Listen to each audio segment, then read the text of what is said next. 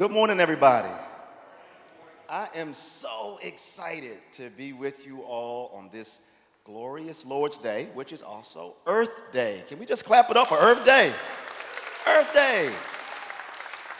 And we are excited because of a number of reasons. One, we get an opportunity to really lean in with our faith, with our intellect, with our various brands of genius around an issue that is not just important, but one that is of grave concern, especially when it comes to the African American community and the impacts of climate change and so much else. So I'm really grateful for that. But I'm also thankful to be here at Ebenezer, the Ebenezer Baptist Church. I'm so excited to be here. And I'm excited to be here, as Reverend Vaughn shared just a moment ago. I like being in the beginning of stuff. There's some folks who want to be there after you've done all the work and cut the ribbons and made it through. And okay, a little golf clap for them.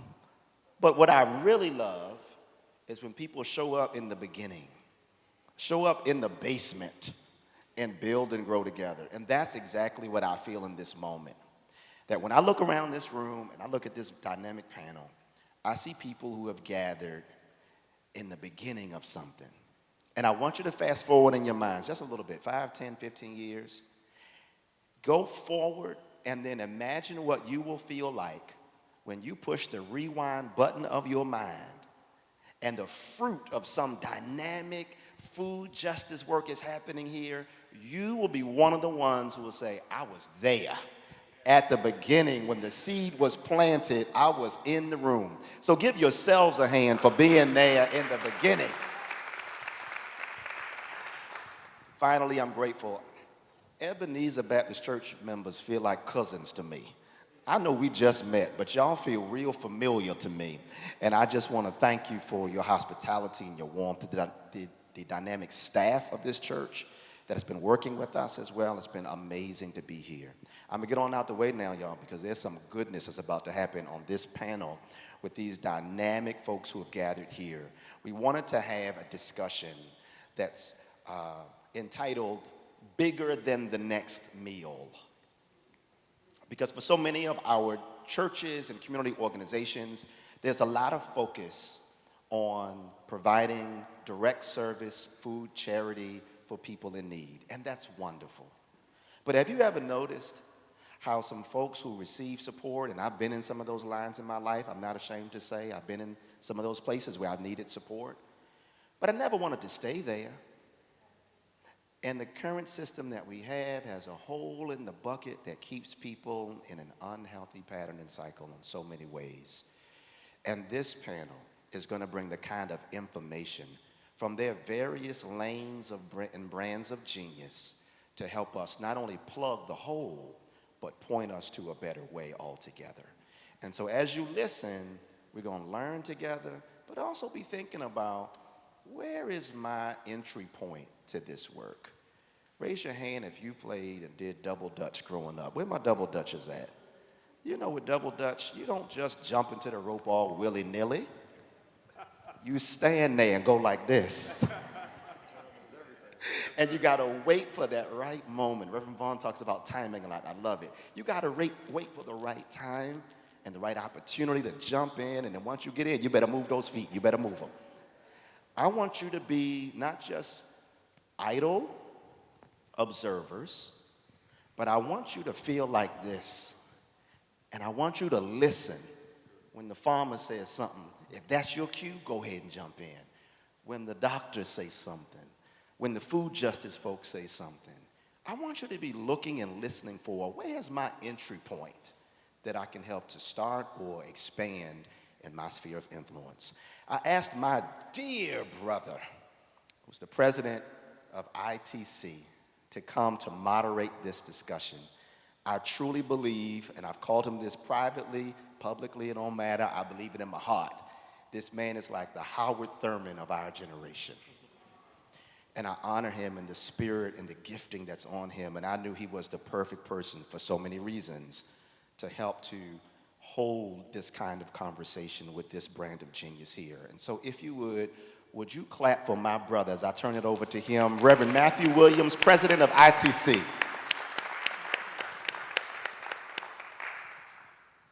Thank you, Dr. Brown. I've heard you say that a million times, and I'm like, nope. There is only one Howard Washington Thurman. Amen. But thank you for that warm and kind introduction. And I want to thank you for your leadership. Amen. You may remember an introduction I gave of you a few years back at a gathering of the Forum for Theological Exploration, in which I talked about the lineage in which Dr. Brown sits, not just in his blood lineage, but the lineage of the Ella Bakers and the Fannie Lou Hamers and the Vernon Johns. And you are the Vernon Johns of our generation. Amen. Really tying critical connections between our faith and food and the systems and our participation in the work of Jesus and justice. And so I thank God for you and for your leadership. Amen. And grateful again to be here at the epicenter of Black church and Black justice, the Ebenezer Baptist Church. I'm especially grateful to be here just to hold space for this conversation that's about to happen. Look, we were in the back and we were already getting started, y'all. Wish we would have had a mic and a recording device to share with you all what was already underway. But this is going to be a flowing conversation around this issue of it is bigger than our next meal. As Dr. Brown said, churches are frontline first responders in the issues of food insecurity, right? And most times that first response has to do with making sure that we feed people, right? And that comes out of our faith. Jesus said, if you love me, what? Feed my sheep. But we have recently experienced a moment in COVID-19. I call COVID-19 an apocalypse, right? Not as in the Walking Dead sense, right? But in the sense of when the book of Revelation is actually the apocalypse of John, the uncovering, the revealing of the world that is. And what COVID revealed to us is that charity is not enough. That's right. Right?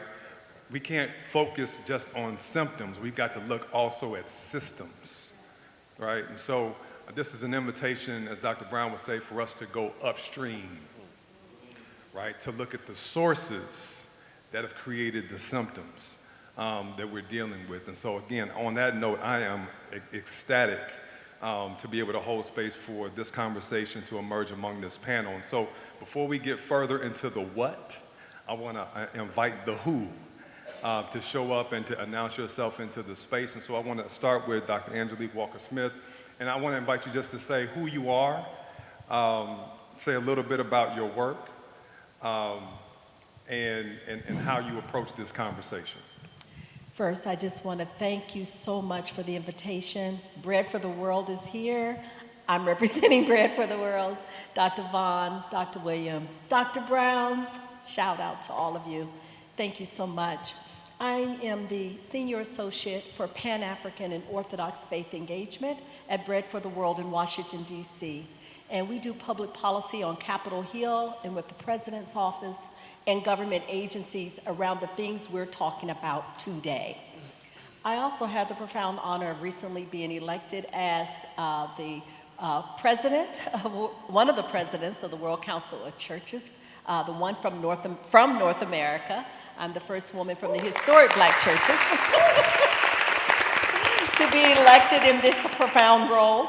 So I'm wearing two hats today, but especially for Bread for the World in this space. Both care about this issue, and it's Pan-African for us. It's not just U.S., it's Pan-African, it's global. All of the diaspora and Africa matters in this conversation. And I'm hoping that I can be true to that in some of my remarks today. And I come from the National Baptist Convention USA Incorporated, just to say in terms of my church home. Thank you so much. God bless. Good morning. Thank you for having me as well. My name is Cicely Garrett. I am the co-executive director of National Black Food and Justice Alliance. We are a coalition of Black-led organizations from across the country working towards cultivating and advancing not only leadership, but amplifying Black narratives, building self-determination, and organizing for food sovereignty and land justice. So I look forward to speaking with you today. Thank you. Peace and greetings, everyone. Thank you all for having me here on the panel. My name is Christopher Lemons. I'm a farmer here in Atlanta. I run a small farm called Gratitude Botanical Farm on the west side of the city of Atlanta. And I'm also the director for programs and outreach at a local nonprofit here that supports community gardens and farms called Food Well Alliance. Part of our goals are to advance the education and the acumen of farms as businesses and being able to support community gardens in the production of healthy crops and making sure that people know more about where their food comes from and how to connect with it. So thank you.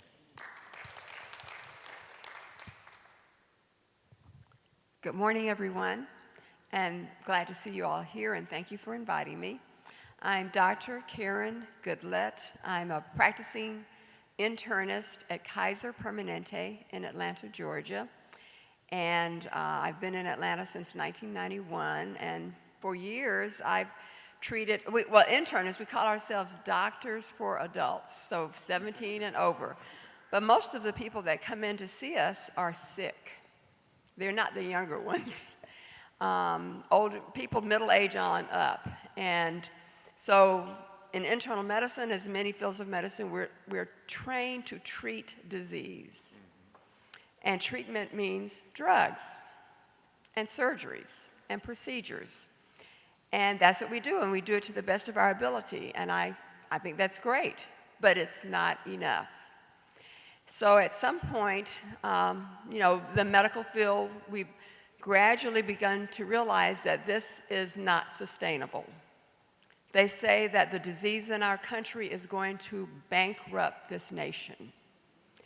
And rates of obesity are soaring, diabetes is soaring. The number one killer in the nation, sometimes I ask people that and they said, guns? But it's heart attacks, it's heart disease. So there is a group in medicine now called, an organization called the American College of Lifestyle Medicine, and you can become board certified in lifestyle medicine. So I'm board certified in internal medicine and now in lifestyle medicine. So our goal is prevention.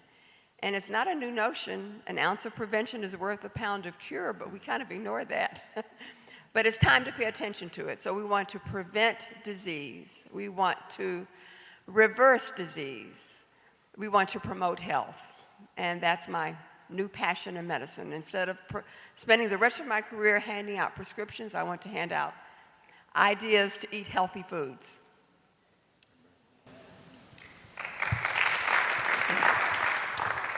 Good morning. My name is Reginald Mason. I'm a pulmonary and critical care specialist at Kaiser Permanente. The lady to my right, about 30 years ago, had a moment of visual impairment and said yes to my proposal of marriage. So that's mostly why I'm here.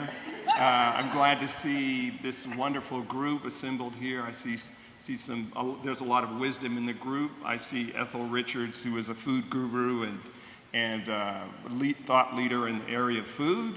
I see a young person over there, the young man with the gray hoodie, who I'm so glad that you're here listening to this dialogue. And so the main reason I'm here is because during COVID and throughout my career, I've worked in the intensive care unit. And I've seen individuals come to the intensive care unit who have literally been on a suitcase full of drugs. They come with a suitcase full of drugs that haven't worked. And so while I'm not suggesting that anyone stop their medications, I am suggesting that the food that we eat serves as the basis for our health. And we can see the patterns of consumption, production and consumption, have resulted in much of the disease that we see in our society today. So I'm here to talk about that. Thank you. Greetings, good morning, everyone. Let me start by saying I'm so honored. I never would have imagined that I would be standing and talking on such a historical platform, followed by such a dynamic panel of people. My name is Dean Parker. I'm a 100% certified naturally grown farmer. My family and I have at least think about eight farms around the state of Georgia now, for a culmination of about 340 acres. Faith in farming is one of my biggest things about life. Martin Luther King, if you followed him to any degree, actually I read on a panel over here in the museum one time that since age 18, every summer he would go on the farm. Hopefully I'll get a chance to talk more about that later on in the panel, but it feels good to be a part of that dream, and I pray that's further fulfilled today. Thank you.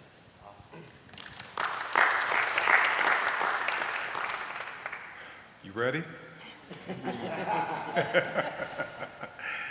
So we have, again, a dynamic panel, and I would be remiss as I was sitting here listening to not acknowledge the ancestors who are among us. This is a conversation our ancestors want us to be in. This is work that they want us to be in, and they are with us in it. And so we give honor to the ancestors that we have named and those who we have not named in this place. I enter this conversation not just as president of the Interdenominational Theological Center, where we cultivate as our educational aim what we call prophetic problem solvers. Shout out to Dr. Joy Orr. But also, I enter this conversation as a cancer survivor, 9 years. And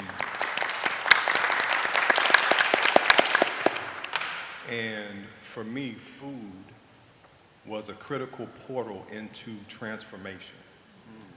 The transformation of my relationship to food and understanding the relationship of what was on my plate to these larger systems that we're participating in was a critical part of my healing journey through cancer. And so this conversation will take kind of a dynamic look at the relationship between our personal practices and the larger systems that shape them.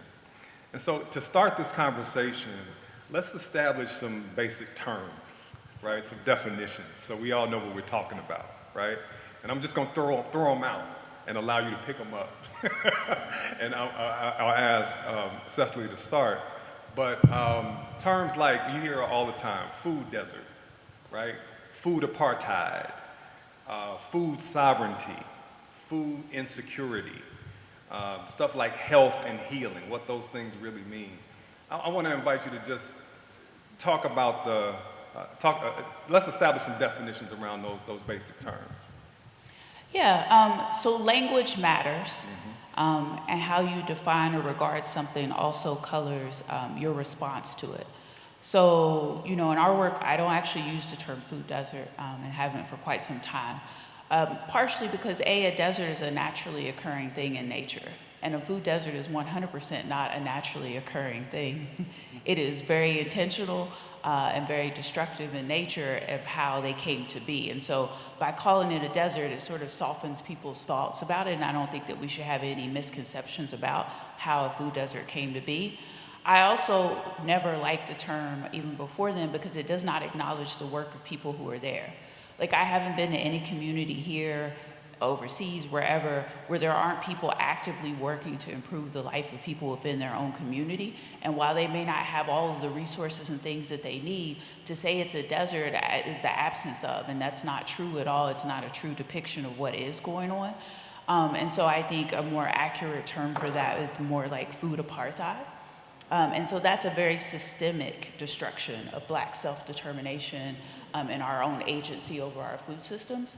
And not only is it destruction of it, it's also then flooding our markets with marketing and destructive type foods and fast food chains. And so that's very intentional in nature and is not something that is naturally occurring without quite an amount of support and power behind that. And so it's a better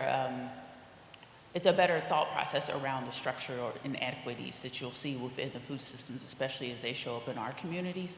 And so I think shifting that also better gets people to think in the mindset, and it also elevates what you will get, because when you say food deserts, then the solutions you get are food pantries or food banks or a new grocery store. And there's not that there's anything not wrong with that, but if you really wanted to elevate and get all the way back to our growers and like food in the ground, then you have to go beyond that and be looking to like, what does Black food sovereignty looks like? And that means that we have control over all our food systems from how it comes through the ground to consumption. And so bringing people into a different conversation and a different thought process about what is our own agency and how can we all get free in this, I think is important when we talk about language. Thank you. And so for me in Atlanta, the terminology food desert is something that we kind of take as a pejorative. Because if you kind of think about it, and we're in church, so you can reference biblical stories where sustenance has been found in the desert. Just to Cicely's point, there are people that are literally doing the work to overcome some of the things where it's actually been decisions being made as to who gets to eat what, and when. For me personally, my father growing up was a store manager at Kroger here in Atlanta. So one thing I always remember him telling me as a child growing up is that groceries were distributed by zip code. So when we talk about food apartheid, they're literally making a decision as to what type of vegetables, at what quality, at what level of expiration that they're being actually distributed in the grocery stores. And if you want to see that, you can drive around to some of the grocery stores here in Atlanta and they're on the same road, on the same street, but they're above and below I-20, and you can see the quality and the level of the freshness that you have access to versus if you go above I-20. Even some of the more high dollar chains, those are set up above I-20 as opposed to below. So those are some of the things that, I think about when we talk about terminology and how it's used. Thank you, Chris. Yes, sir. I'm inclined to share a quick story in response to Chris's observation. My sister lives in Los Angeles, and she has diabetes. So she goes to the McDonald's sometimes in her neighborhood, as I have in the past as well. And she likes the iced coffee there. And sometimes she goes outside of her neighborhood, she lives in a black neighborhood, elsewhere to other parts of Los Angeles, to the more affluent areas. And she doesn't like the iced coffee at McDonald's there. And I asked her, well, why is that? So she asked someone at the McDonald's in her neighborhood, why is the iced coffee better in this neighborhood, in the black neighborhood? She said, oh, they put more sugar in the iced coffee in her neighborhood as opposed to elsewhere in Los Angeles. I had to share that little story. I thought it was interesting. So, please. Yeah, I just wanted to really support the conversations thus far, because I think what it's pointing to are systems. When we talk about food, we have to talk about systems, not just what you see on the plate. What's on the plate? How did it get there? Who made a decision about what you're eating? Who grew the food? Who envisioned the food? Who prepared the food? Those are the questions we need to be asking when we talk about food justice. Is where is this food coming from, and why and how did it land on my plate? And that's a food system, and that system is global. It is not just in the domestic context. We get things like bananas and other fruits and vegetables that come outside of the United States, and that's all about food systems. And so whatever language that we use to point to the systems is critically important to the work that we do. So when you look at public policy, which is what we do at Bread for the World, we're looking at the policies and practices that determine where food goes or doesn't go, right?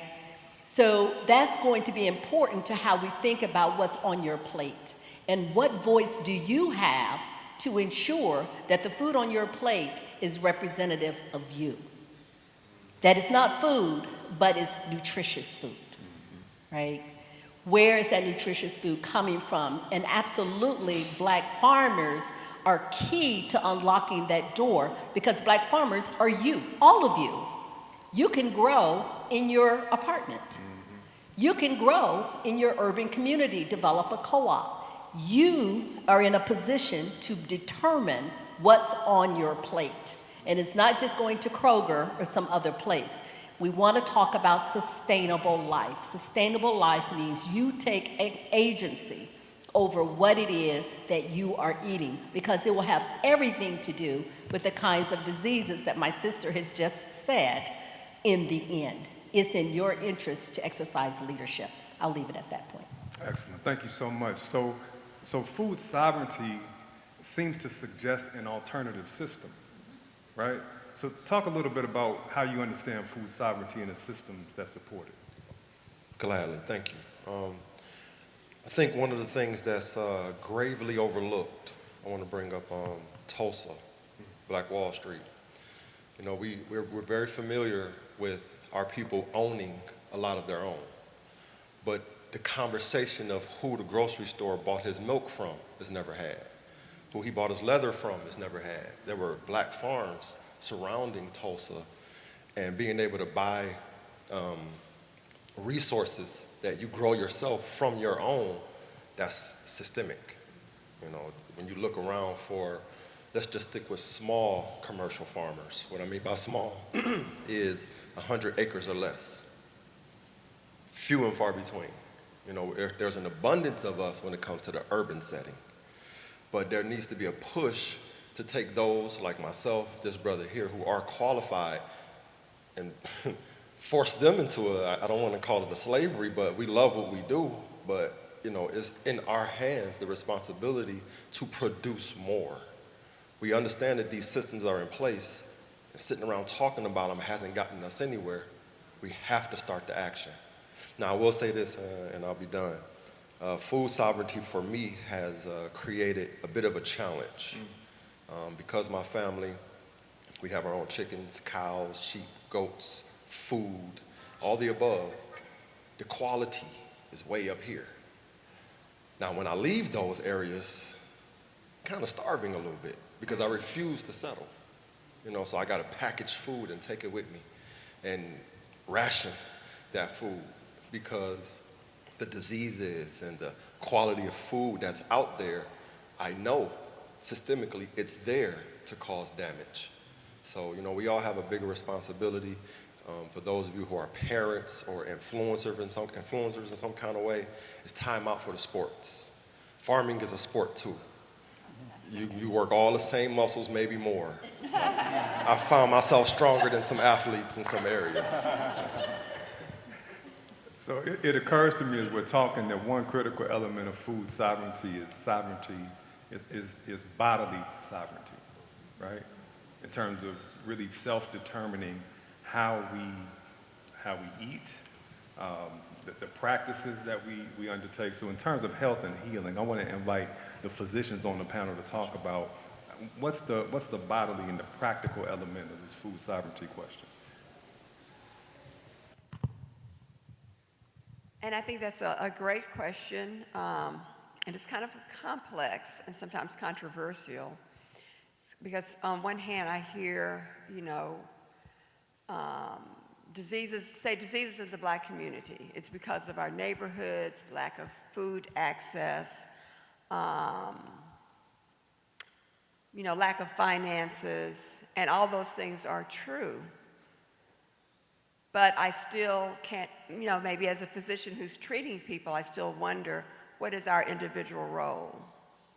So sometimes you don't, you know, people don't always have a lot of money, but most of the people I see, they're not wealthy, but they have enough money to have cell phones and, I don't know, video games and make it to here and there and go to restaurants and go to Red Lobster. And I think there's also mainly a lack of knowledge.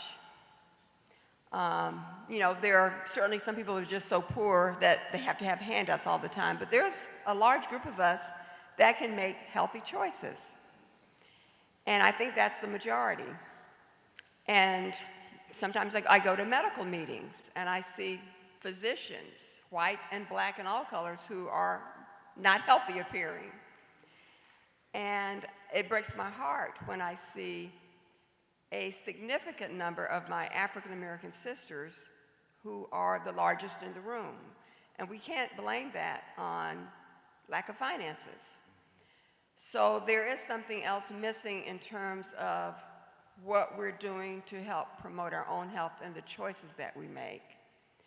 So, and I don't know the answer. Is it knowledge? Is it just a strong cultural influence? are there stresses? I read an article yesterday. A white psychologist decades ago had written about the disparities of the black community. And she says it was the stress of being black. And she was a white woman. Stress of being black is what led to our diseases. And she was poo-pooed and run out the room, 30 years ago. But now that's coming to the forefront. So are we not really in touch with the stress of being a deprived or depressed group? So I think it's a complex issue with a lot of factors that we need to uncover and explore. And as a physician sitting in the office with a patient, I don't have immediate problems. I can't immediately solve sociological problems. If somebody's really, really having a hard time financially, I refer them to the social worker. But I still believe that when we can make a choice, we need to be educated as to what's the best choice and why. So that means instead of buying bags of chips, we might buy more apples. And sometimes those to me seem very simple, but I think they're choices that a lot of us can make. More broccoli, more whole grains, less cheeseburgers. I don't know if that answers the question, but Chris, you want to say something? it's complex. I was just wanted to kind of touch and build on what you were saying, is that a lot of time for us as black people, African Americans, we have suffered a lot with generational trauma and emotional trauma, and the way that we interact and cope with that, through eating or certain habits. Those are things that, we have to look at as well in our community. And then even sometimes conditioning disease or illness in our families through eating. A lot of times we say it's soul food, or, what we might eat at a repast is what kind of led to that person, passing away anyway. And it's certain things like that we have to take a look at how we reform those habits. It's not to criticize and judge people, but it's to lovingly lift them into alternative solutions around how we do things to solve problems in our community. Yeah, and so I think our connection to and access to land is essential to our own healing power and eventual liberation. And so we can't get past all of what this is, and some of us sometimes have to return essentially to the scene of the crime. So I do think that there is an importance about centering culture in the way that we eat. I do think that there is a sense of agency and the power of that. But I also think that everyone should have the same power of choice regardless of their zip code. And quite frankly, now we don't. So even if it is an impetus for us to have people make better choices, it's hard to make better choices that aren't even available to you. So when I look at the end caps of the grocery stores over by me versus the end caps if I just go 3 miles up the street and cross over I-20, it's a much, much different world. And so I think people of all income levels make poor choices. And somehow we have a greater burden of people who have less resources to do that. So whether you make $17,000 or $70,000 or $170,000, but it's just making a poor choices has a greater detriment to you when you have less resources. And so I think it is a yes and approach. So yes, do people need to also make better choices, but you also need to be building in places for people to have access to have better choices of things. And not even access, because access assumes that someone else needs to be involved, but for you to have their own free agency around what it is that you eat and knowing why that is that way. And even having, like you said, the quality. Some people not even sure to know like what the vast difference is between the eggs that come from his farm versus the ones you get to store. Like they out of this world. Like, we opened an agroecology center with FAMU, and the director there, who's also a professor, like has his own, and he was like, I have all these eggs, and I was like, I'll figure out how to get these on the plane. Like me and the other director walked back on the plane with like 48 eggs deep, and they were like, I'm not checking these. That's right. I'm bringing them in because these are like gold to go home with me. But you have to have some of both in that, I think, for this to be effective. I wanted to pick up on this theme around land and also about philosophical approaches to eating. The first one is about land. Land is not only life-giving for food, but is also a basic tenet to build wealth. I want to say that one more time. Land helps to determine if you have wealth. Land also determines if you have your own power. This is a really important point. And some of us lack power and we lack wealth in part because we haven't gotten serious about land. So, especially for those of us who are descendants of former landowners or who have that, we all have that history of the enslavement period. But guess what? We can go back, we can get that back. We can get that back, and we can get that back in our urban dwellers. But just remember, land is equated with good, not only nutritious food, but wealth and power, your own base for that. That's one piece. The second piece I wanted to mention is what Dr. Brown is doing, which is like such a huge yay for me. And that is saying Black churches have land. That's right. One more time, we're in Ebenezer Baptist Church. Look around, right? Ebenezer has land. That means you have some power. And guess what? The Black church is what? Goes all the way back to when? 1700s at least. Not 1800s, 1700s. And much of the land of Black churches was donated to some extent by Black farmers. There's a direct tie-in around the legacy of land, Black church, and farming. Some of our Black churches would not even exist if it wasn't for Black farmers. And those are our ancestors. Dr. Brown is helping us reclaim our own legacy. Don't let them tell you this is something new. Don't let them give you that narrative. This is our story. Some of you know Blessed Assurance, right? This is our story, and we're sticking with it. We are reclaiming what Dr. Williams is saying are the ancestors, who I agree with him are rejoicing that we're finally having this moment at this day and time. And we're here at the historic Ebenezer Baptist Church, which is perfect because it is that kind of antithesis of the point that I'm making here. But just my final point is, Black churches need to help us reimagine our philosophy of food.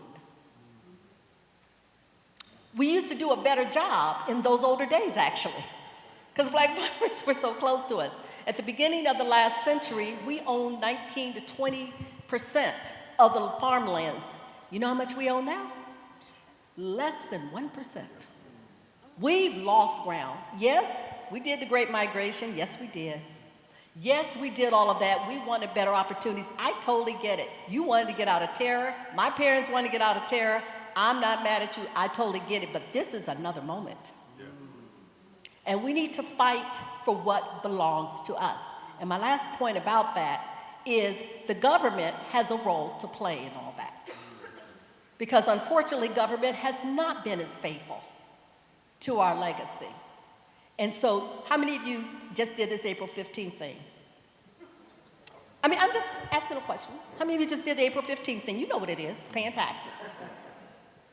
Guess what? What did you do? You just paid for your own investment in your own community.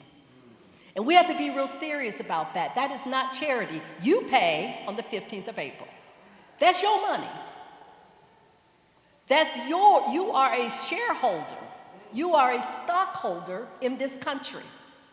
And if you don't own that, you've missed your blessing, and you are definitely dismissing what the ancestors would want for us. So when you vote, when you pay your taxes, own up to being a stockholder in this part of the world and globally. So I'll stop there, but just to say it all ties together.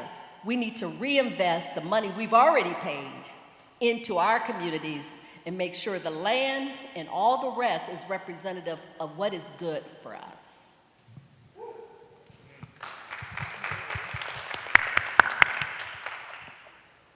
So prophetic, those words. And so my thoughts are around the idea of nothing tastes better than healthy fields. Nothing tastes better than healthy fields. And as a community, we often are hijacked by our natural affinity for salt, fat, and sugar. Let's think about it. If you were a caveman in the desert, caveman in the forest, trying to survive the winter, and you saw some kale on one side and some Kentucky Fried Chicken on another, which is going to give you more calories to make it through the famine? Of course, it's going to be the fried chicken, right? But there is no more famine. Famines are gone. There are calories everywhere.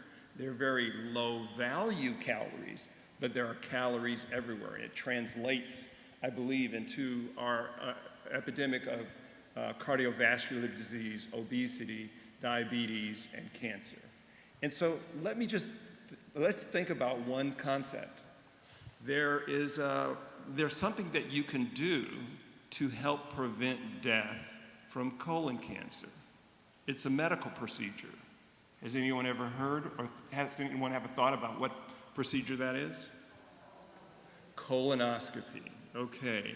So let's think about the dynamic of your going home and having a meal, maybe of bacon and eggs for lunch, for breakfast, maybe a steak for dinner, and then you cower in fear.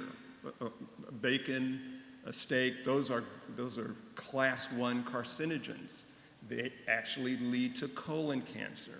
The World Health Organization has clearly stated this. It's not controversial. Bacon is a class 1 carcinogen. It causes colon cancer.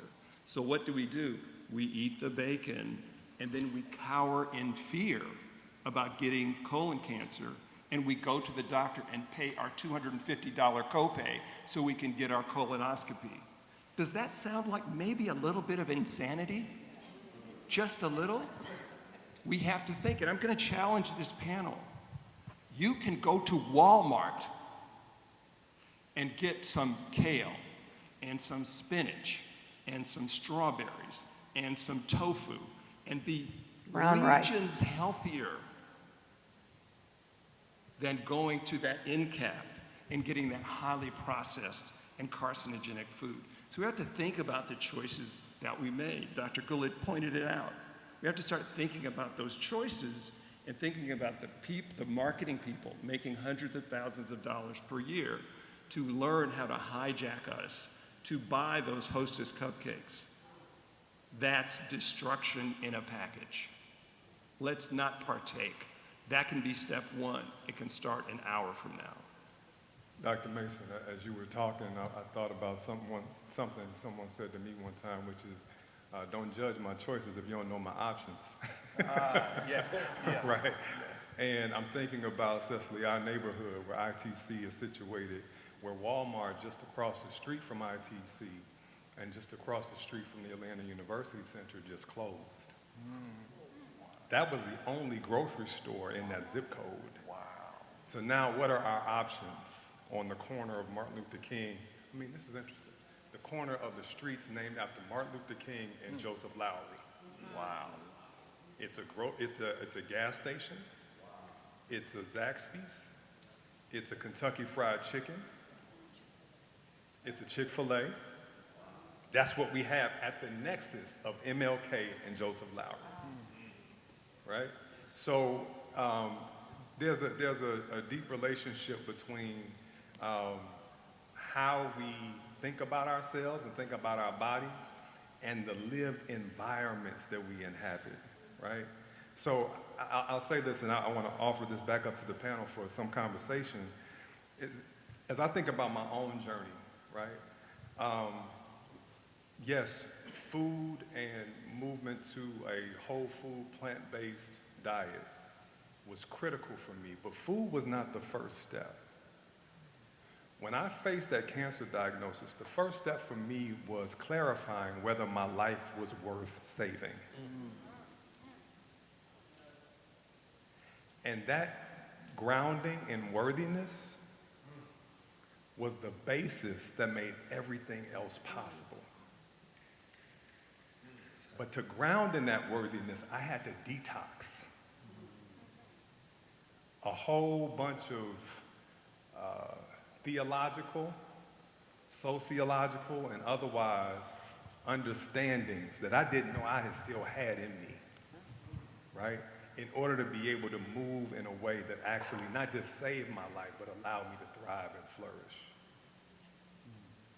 So how do we, and it's so important that we recognize that, and this is what I love about what Dr. Brown does with the Black Church Food Security Network. This is not just a collection of land and properties. This is a spiritual nexus that gets at the basis of who we are and how God is calling us to be and work in the world. So how do we begin to shift? Again, this goes to systems, right? Systems actually are not just what's put together, it's the underlying ideas around what gives rise to that system. So how do we begin to shift from the nexus of these kinds of spaces, the way we think about ourselves, and then how that shapes our relationship to food and to land and to these other systems? If I may, now, I do policy work, but I'm a theologian and a pastor first. And one of the key ingredients, I think, to that is what we do in Sunday school. I really think it's as basic as Sunday school. I think it's as basic as the sermon that is preached on Sunday mornings. I think it's Bible study. I think it's prayer meeting. I think it's all those things. How we frame our rhetoric. I'm not reducing the holy word to rhetoric, but I'm trying to get to a generic concept of how we speak and how we think and how we philosophize around our framing of life. Goes back to the question you said you had to ask when you were facing cancer. All of us are facing death at some extent. What is our worthiness? Okay, I admit, I'm Christian and I work in multi-faith environments, but whatever your faith expression is, there is something about a universal truth that says you matter. You were created for a purpose. You were put on the planet for a plan. What is that plan? And I think faith, however we interpret our faith, there are literally, just coming from a Christian perspective, there are scriptures after scriptures after scriptures about, look, the Bible is about the land. Yes, it is. Okay? The Bible is about moments of famine and moments of plenty and moments of desperation. You can't leave a book in the Bible pretty much without the dance around nutrition and land and worthiness. In the beginning, God created the heavens and the earth. It starts at verse 1. We need to reframe, reimagine, even what the holy texts are, regardless of your faith tradition. How can you reframe your narrative around what the ancestors have already taught us and already bring to us in the sacred text? And if that's not okay for you, what about your grandmother? Or what about your granddaddy? Or have you done the investigation on who you are? Who do you belong to generations before you got here? How did they get by when they had little to nothing materially, but had everything spiritually? Call their name. Find out their stories. And let it live in you. They're waiting for you to tap who they are. So I would say that's where it starts, as people of faith and as people particularly of African descent. And claim Africa, by the way, while you're in it. Amen. Because we do not start on the transatlantic. That's Hello. right. Correct. Hello. Yeah. May 25th is Africa Day. Just saying. Let me invite Dean's voice in here, brother. Come on. Yes. Yeah. I want to talk to two things in particular. You mentioned detox. Yeah. I want to mention it naturally and spiritually if I can. Naturally, I want to say, everybody learn your blood type and try to curve your diets to that. It's going to be very helpful. I'm in my 3rd year of that. It has helped with allergies and so many other things. Secondly, the good doctor here was talking about changing the narrative of our doctrine, per se, if I can use that word. A gentleman to my right was all talking about the effects that pork has on us. All right, so let me try to bring this together. There's chapters through the Word of God that dictates what our dietary intake should be, okay? Further down the line, Christ was crucified. My question is, how does a man dying make pork clean? Because that's kind of the doctrine that people say, well, I'll just pray over my pork and I'll eat it still. But the holy instructions was, don't. Yeah. Good So food, now, good so meat, now, good God, let's eat. yes, sir. Yes, sir. So now, there's a passage in the book of Timothy that tells us to receive our food with thanksgiving, for it is sanctified by the word of God and prayer. That small portion, sanctified by the word of God, is overlooked. Everybody's jumped straight over to the prayer part. How do you know what's sanctified? You go back to his word and you see what's good and what's not good to be eaten. I'll end with this. The very first time in the Bible it says, be ye holy, is in that chapter about what we're eating. The second time the Bible says, be ye holy, it's about what you're eating. Thank you, brother. Chris, Cicely. So for me, you initially talked about the Walmart on Martin Luther King closing down. So for me, every day I drive up Lowry to work. And the things that I see, historic neighborhoods my family has used to live in. You also talk about the intellectual bastion of Black America. That's it. So you got Morehouse, you got Spelman, you got Clark Atlanta, you got Morris Brown. What has happened in our community that we have intellectually divested from our communities? That's it. So you mean to tell me that in the midst of 4 historic Black colleges that we can't come together with all of the degrees, the income, and for people to actually solve our problems ourselves? That's the true sovereignty and autonomy and the power that we need to bring back into our communities. So for me, my family on my mom's side is definitely from Atlanta. On my dad's side, we're from Georgia, like going back to like 1840s. You know, I learned about farming from my grandfather on land that his grandfather purchased that we still hold to this day. So when we talk about, you know, actually making those investments in your family and actually putting your money where your mouth is to solve those problems, you know, the family at Atlanta Harvest, y'all are excellent examples of that here in Georgia and just for us as a nation, you know, as examples of men and women that have invested in their family, in their community to help grow things back out. But for me personally, just as somebody that's from here, when I just see the amount of intellectual and financial capital that we have here just in Atlanta alone and how it's not properly leveraged, it's kind of a disservice and it's somewhat disheartening, you know? And then just to take it back to what we were called to do out of the Bible, initially we were asked to be land stewards. That's it. That's it. Take care of this land and worship and honor me and God. That's it. That's what we were asked to do. And even when we got put out of Eden, you were still told you were going to be a land steward.